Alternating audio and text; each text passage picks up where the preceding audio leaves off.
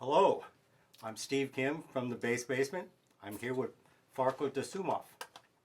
And first things first, Farko, day late, dollar short, happy birthday. Oh, thanks, man. Thank you. That's right. I missed his birthday by a day, but hey, better late than never. Yeah, thank you. Thank you. Hey, my pleasure to have you here. So I'm a big fan of your playing, and I really am fascinated by your whole story and how you got here to Seattle and playing bass. So can you give us the nutshell version? How come bass, and where did that happen?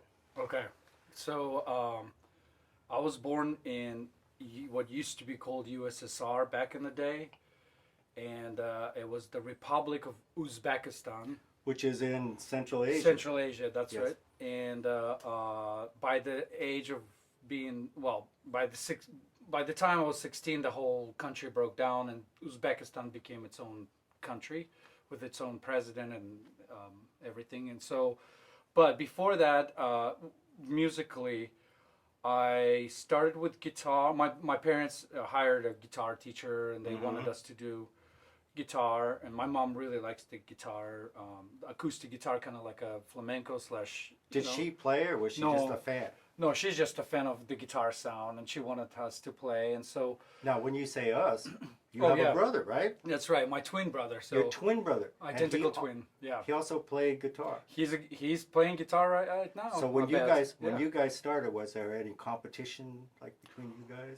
Well, it wasn't, because we started really early, and I think the way it kind of went down is that I feel like with kids in general, taking music lessons at the age of like 7 or 8, it wasn't like that much fun. I mean, it was fun for the first few lessons, and then after that, you're like, oh, I gotta do homework, I gotta read some notes. You know what I mean? Like, And was your mom like on you to practice? she wanted us, yeah, Yeah, she yeah. wanted us to make sure we can play guitars, at least on to a basic level, so she can be like, hey, can you play this song for me? So no sloughing off. Right? Yeah, exactly. It was, yeah, I mean, yeah, I could see where eventually, if we really didn't want to do it, my mom would probably be like, okay, just don't do it, you know?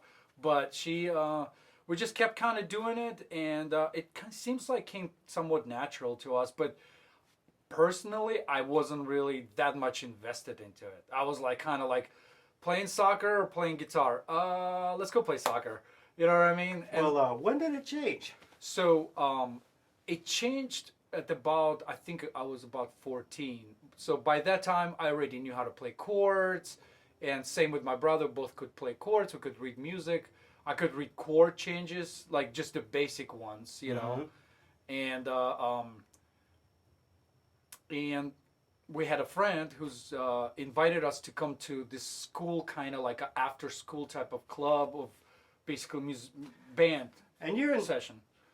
Tashkent, right? Tashkent, yep. Big Yep. city. Big city. So a millions lot of of people, yeah. stuff going Yeah. on, right? Okay. Yeah, and we're not like in the center. I mean, we're kind of more on the side, in the, around the city. We're still in the city, but kind of like on the side. And so we were invited to come to this kind of session, and and by the way, I didn't even know bass guitar exists. Like, I didn't know that that's a thing. And so we are walked in, and I just remember there was a drum set, which I was like, wow, what's that? And there was a teacher, obviously, and the teacher just showed me something super basic on bass guitar, and it was like this kind of it's like this weird 4-string animal. Like, what is that? But it's kind of like he just showed me this basic, like something. And just because it was kind of rock sound, rock band, and so I was doing it, and I just remember the second I start feeling that power of the low end, the bass, and the drums kicked in, I think something changed. And like, honestly, I was like, boom, like this is what I want to do. Yeah. This is what I want to do. So now, You know? how long after that did you get a bass? Yeah, so obviously I didn't have a bass, and same with Fedor. Well, he didn't have electric guitar either, so we had another friend whose friends of friends moved away from the city, and somehow they end up having laying around, possibly because they were involved with some kind of bands, electric guitar and bass.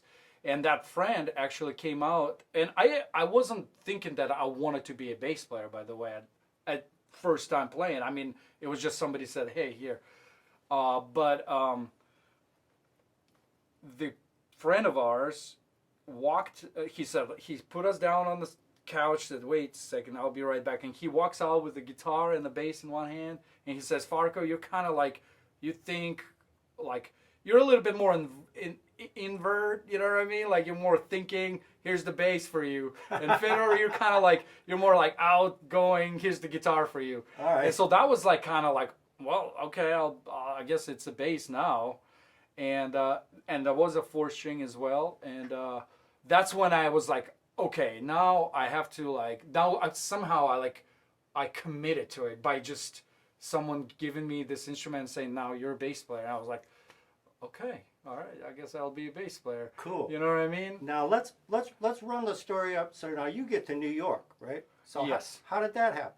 So by the time of 19, we already played in Tashkent in like rock bands, played festivals, and I started to understand how music in general, like bands work, and learning all about that. And another friend of mine from college said, hey, there's a green card lottery going on in U.S. Embassy. And I just remember my brother was like so into it. He's like dragged me into going into that, Wow. getting paperwork. And I remember I was filling up the paperwork. It was like a name, a photo, and a sign or something. But no money required, nothing. Just, and so we both sent those letters in the mail, and that was about it. And a year later, I forgot about it. I mean, I wasn't thinking like this is Yeah. going to be anything. This seemed but like just, a long shot, right? or I wasn't even thinking that it was Yeah. a shot. It was like, come on, please, like seriously, like somebody's going to be like giving me a green card. Like it wasn't kind of like, some reason I feel like maybe my brother was more like practical about it. Was like, yeah, I think we should try it. But I went along, and a year later, there's a mail in a box in the mailman brought a letter, and it says, "Dear Farko Dosumov, you're won a green card lottery." And I remember like that day, I was like, "Oh man, like this is crazy." And the reason why it was crazy, it was like one of those bittersweet kind of things, because at first it was so amazing and great. I was like, "Oh wow, like I won a green card. Well, should I do it or not?" And then I opened the letter, I started reading, and it says that you can't take your brothers and sisters with you. You can only take your kids. And I'm 19, Right. or like even 18. I think I came here, I was 19, so 18 or something. And so that was like that kind of like, well, I was been playing with my brother forever. We got the band going, we got all this, and now like, what do I do? What do I do? It's like one of those forks on the road, you know? Yeah. And at that time, I didn't think about it. Like, the universe was like, what are you going to choose? So I chose the green card path. Wow. Wow. And now, how did you get from New York to Seattle? So that's another story. In Tashkent, because to win a green card lottery, it's not just like, here's a green card, come in. You have to gather a bunch of documents from everywhere, military, police, all the agencies, whatever. And so while I was doing, somehow I met this guy from Seattle. He was a professor in one of the university, but he liked to play music too, and rock music. And so he kind of like actually first one who was like, I think introduced us to Nirvana and all the kind of more grunge sound. And so we kind of became friends, even though he was older. Yeah. I mean, at that time, I was thinking older, like he was like in maybe his late 20s, maybe early 30s. You know what I mean? Like I was like, he's old. But so he actually told me about Seattle, and that's when he also told me that Seattle and Tashkent are sister cities. That's right. That's right. And that there's some kind of trade was going on in the 80s between USSR, like with Tashkent and Seattle. Like a cultural exchange. Yeah. Yeah. Yep. And so, and maybe possibly that's why he was there too. I don't know, Mhm. but So he told me about all of that stuff, and I was always like thinking, wow, that would be amazing to go to sister city, live in the sister city. And so it always stayed in the back of my mind when I was like, when I got to New York, somehow like I was there already for like 2-3 months, and I just remember came there in summertime. It was like really hot, a lot of people. It was just Yeah. like too crazy. I was like, I barely could speak. I mean, I could speak English, but it was like everything's so fast. It's like Yeah. everyone speaks so fast. I was like, oh my god, like it's too much. And so, and I felt like I don't want to settle in yet. Like I want to explore the world now because I am by myself, 19, in U.S. Like, hey, Yeah, like get to check something out. I right? can do whatever I want. Yeah. Like at the end of the day, as long as I make enough money, I can buy a ticket and fly anywhere I want. So these days, you're settled here, and you've been playing with everybody. What are you doing right at the present time? Any projects happen? Well, I feel like the pandemic in general kind of reset a lot of stuff, and I feel like it gave me a chance to also think about what do I want if things do go back to normal. Do I want to keep the same cycle of like bands and people? And I've noticed that it happened with a lot of people the same way. Like everyone's kind of was reset to a degree, and so I just kind of excited to meet new people, like trying to expand my circle of friends, just meet new musicians, and so by doing that I actually got involved with a few different bands, and some cover bands, some more original stuff, and Cool. so yeah. Cool. Yeah. And are you teaching people at all? I do teach, yep. How would one get a hold of you if they want? Email probably be the best, or a phone number, or Facebook. Yeah, Facebook. So you have a message. Facebook? Yep. Okay, Facebook great. message. And that would be including musicians that might want to contact you, or you prefer they contact you with Facebook? I think probably Facebook at this point. Yeah, Okay. Facebook or email. Yeah. All Maybe right. Maybe you can link up the email to this video, or. Okay, well, we'll do. All right, man. Yeah, well, very so, good. So, yeah. what do you got here? That's a secret. That's Well, a secret. Let's hear some of it, man. Well, it's basically what I'm trying to do is like think less, play more, All right. and so I just decided to like basically right now get working with 3 different sounds. One is the clean bass. Obviously, it's just the regular bass. Well, that's just a clean bass. I don't know if it's. I feel like I'm kind of loud. Maybe. Yeah, and then I got my solo bass. That's in case if somebody wants me to take a solo during the song. So lately I kind of added a little more reverb, but maybe I'm still kind of. And the solo bass has just a little. What, it's got a little more mid-range in it or something? It's just a little bit less bottom and a little bit of reverb and delay, yeah. just a little bit. So kind of sticks out when you play more melodically. Yep, Yeah, exactly. And Great. I think I might boost it like 1 decibel up, just because it's like I don't have to work hard to, you know what I mean? Yes. Yep. So, and it's got,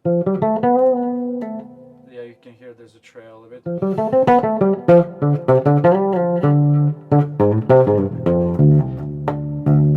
And you said you got 3 sounds. What's the? Yeah, and then the last one, the third one, so this button just goes down, this one goes up. So I pass this is my regular sound, and then this is my funky sound.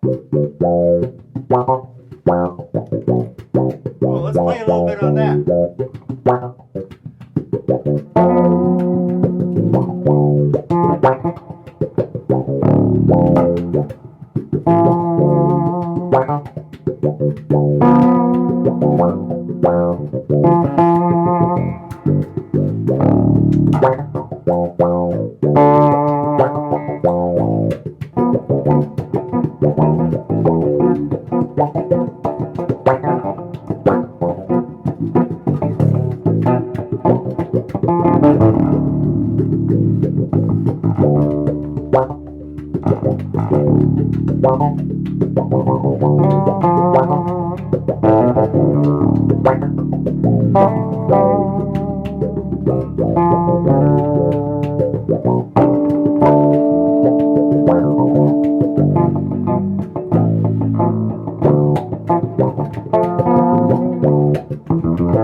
From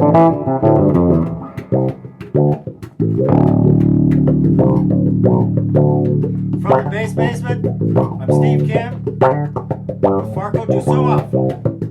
We'll see you next time.